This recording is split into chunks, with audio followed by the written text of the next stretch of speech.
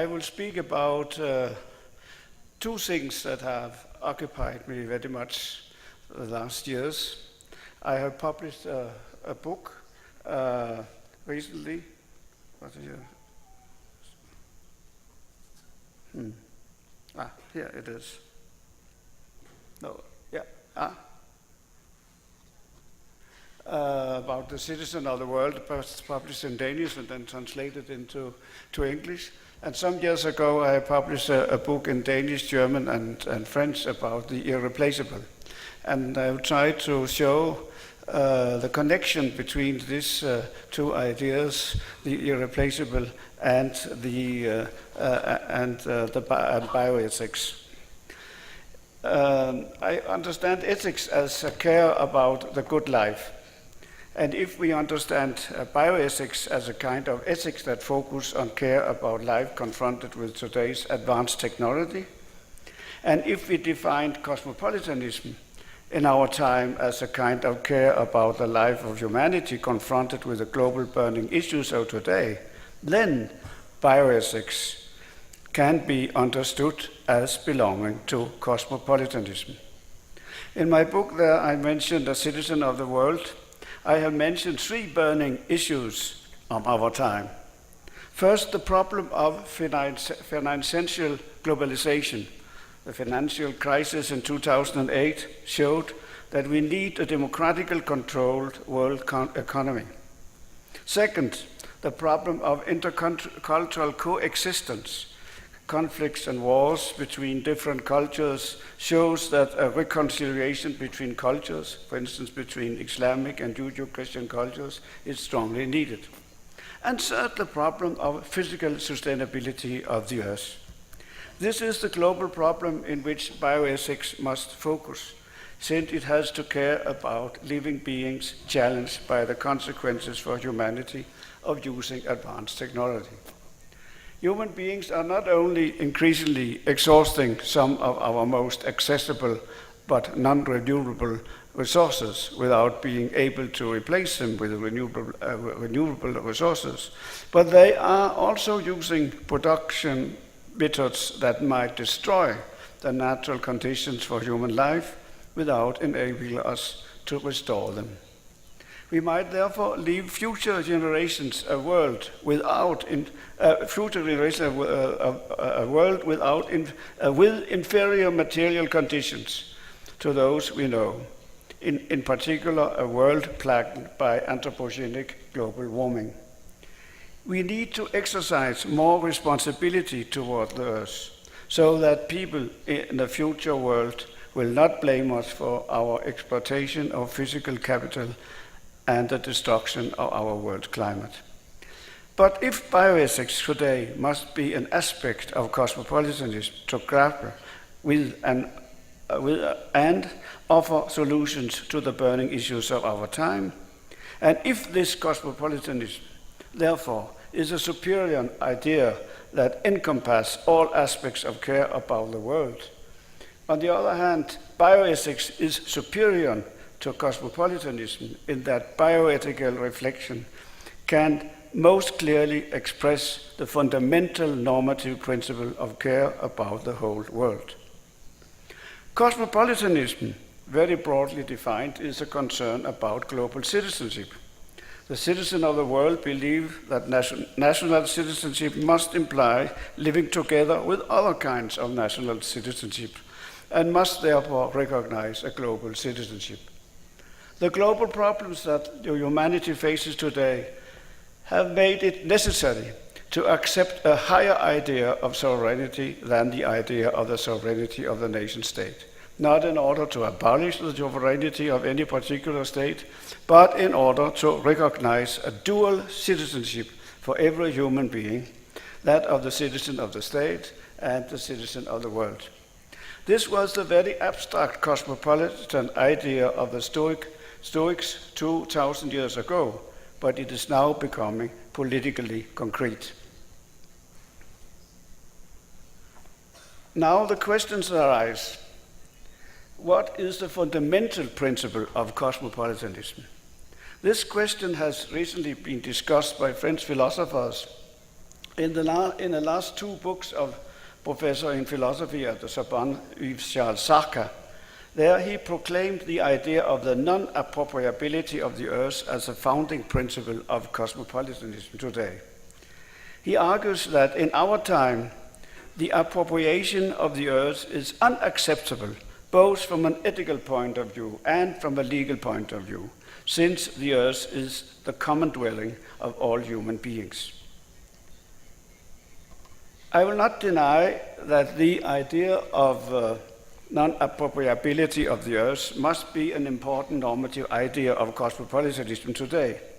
But it seems to me that cosmopolitanism cannot be limited to a denial of the right to unlimited appropriation and domination of the earth, which is coming to all human beings. So my question is, doesn't bioethical reflection dig deeper by looking for an even more fundamental principle that expresses care about life on Earth, whether it is economic, cultural, or biological and existential life?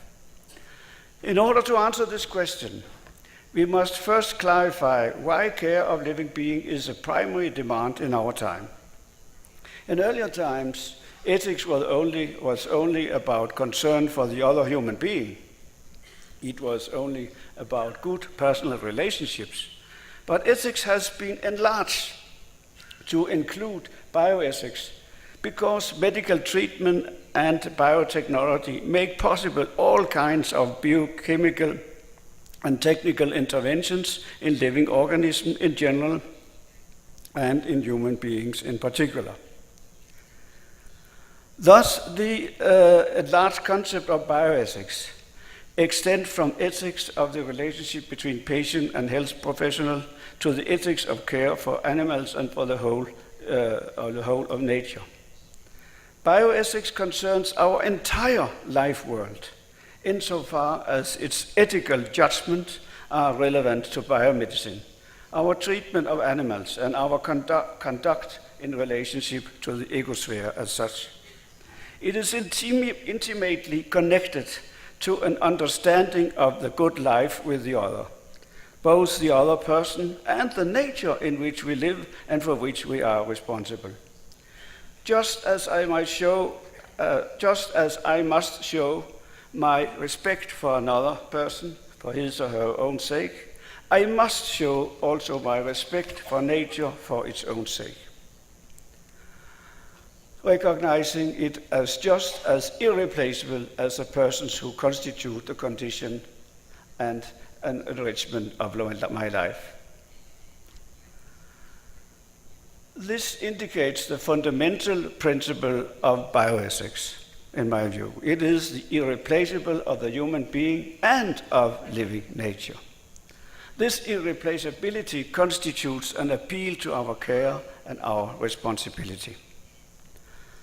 The German philosopher Hans Jonas, you certainly know, claims in his book, The Imperative of Responsibility, that modern technology has introduced actions of such novel scale, objects, and consequences that the framework of former ethics can no longer contain them.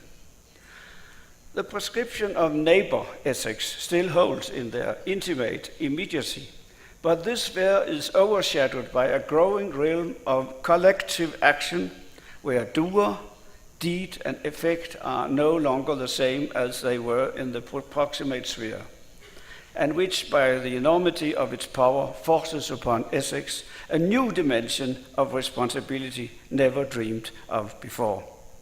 End of quotation. This new ethics implies, according to Jonas, three new elements of responsibility, as I meant here. The first, in that nature has become so vulnerable to human intervention that we are no longer sure that it will subsist independently of the way we treat it. And second, knowledge about the technological means of action has become the primary duty beyond anything claimed for it before, because today we must consider the global condition of human life and the far-off future, even existence of the race. And third, the anthropocentric confinement of former ethics no longer holds. When Jonas has connected whereas Jonas has connected the concept of responsibility, what the Japanese philosopher Tomonobu Imamishi has called, from an eco-ethical perspective, I quote, the technological conjuncture of our world today. Then on the other side, the French philosopher Emmanuel Levinas has improved our understanding of responsibility by taking into account the barbarity of the Holocaust in the 20th century. Levinas speaks about the face of the other that calls my freedom to responsibility and founds it. And we now unify the two if we now unify the two concepts of responsibility, that of Jonas and Imamishi on the one hand, and that of Levinas and on the other hand, we cannot limit the concept of the other to the person we encounter face to face, but we must extend it to include not only individuals in the future, but also nature, the earth of the world, that is the condition of life and existence. When the French professor Sarka claims that the appropriation of the earth is unacceptable, he referred to the destructive consequences that the idea of global land appropriation has from the moment it is linked to the widespread idea of human beings, as Descartes said in his discourse on method, masters and possessors of nature. Therefore, it is important for him to presuppose the idea of the non-appropriability of the earth, and to understand by earth not only the vulnerable nature of which Jonas has spoken, but also the multicultural humanity that is the concern in, for instance, the recent works of Martin Nussbaum and the French Mireille Delmas-Marty. However, it must be recognized that the principle of the non-appropriability of the earth must be rooted in an experience and a conviction that our earth, like the other in personal relationships, is irreplaceable. Just as the other must be protected in the personal encounter, because if I lose him or her, this person is irreplaceable for me. It is also necessary to take care of our world, of our cosmos, to consider the cosmos as the other, because it can perish and become irretrievably unlivable, perhaps not in our lifetime, but for future generations. Truly, from a general human point of view, an individual animal can often be replaced, but from the same point of view, every species is irreplaceable, since it belongs to the richness of life, and the whole living globe is more irreplaceable than every other being, since it is absolute condition of human life on earth. The idea of the irreplaceable has deep roots in our culture. First of all, it presupposes that a human being needs a community. In Aristotle, the good life has to do with the right relations to other human beings, with our actions over them, with our reactions to their actions, with our cooperation with them. It has to do with care of others. Therefore, to Aristotle, ethics is not only a question of the good life in friendship, but also of the good life in social organizations, in governments, in politics. In Judaism, too, before the emergence of Christianity, ethics was the question of the formation of society. The Ten Commandments were original rules for social life. But with Christianity, a radicalization of ethics occurred when Jesus introduced the idea of the absolute value of the human individual. This makes ethics something more radical than social norms, which order the external relationship between people. It is this radical thought that is expressed by the idea of the individual human beings irreplaceable. Philosophically, detached from traditional theological language, this idea was first seriously propounded in 1785 by Immanuel Kant in his book On Groundwork on the Metaphysics of Morals, which claimed that the main idea in practical philosophy was that a human being must act in such a way that in any time he respects the human person as an end in himself and never merely as a means. It is true that we all treat each other as means to our ends, as we derive benefits from each other in order to achieve what we want. But if we treat others purely and simply as means to our ends, they have been reduced to nothing but material for our actions. Then we are not regarding them as end in themselves. In that case, according to Kant, they have no dignity. And what has dignity, he says, has no equivalent. It is irreplaceable. Thus, in Kant, the idea of irreplaceability becomes fundamental principle of his ethics. It is tantamount to the idea that every human being is unique. And in accordance with Kant, this will not be the case if such uniqueness is understood biologically, in the sense that each has his or her own DNA formula, because your uniqueness in question here is existential. Human twins having the same genetic code are not identical existentially. If one of them dies, the loss is irreparable. He or she cannot simply be replaced by another being with the same DNA code.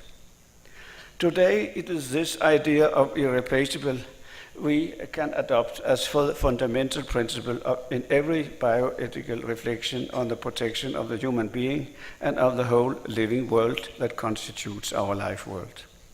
Thus, bioethics offers to cosmopolitanism a more fundamental principle than the idea of the non-appropriability of the earth. It shows that fundamentally the citizen of the world,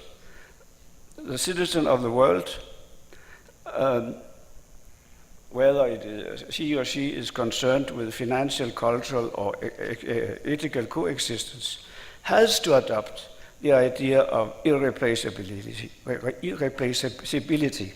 both of the human individual in society and of the nature that sustains that individual's existence. Thank you.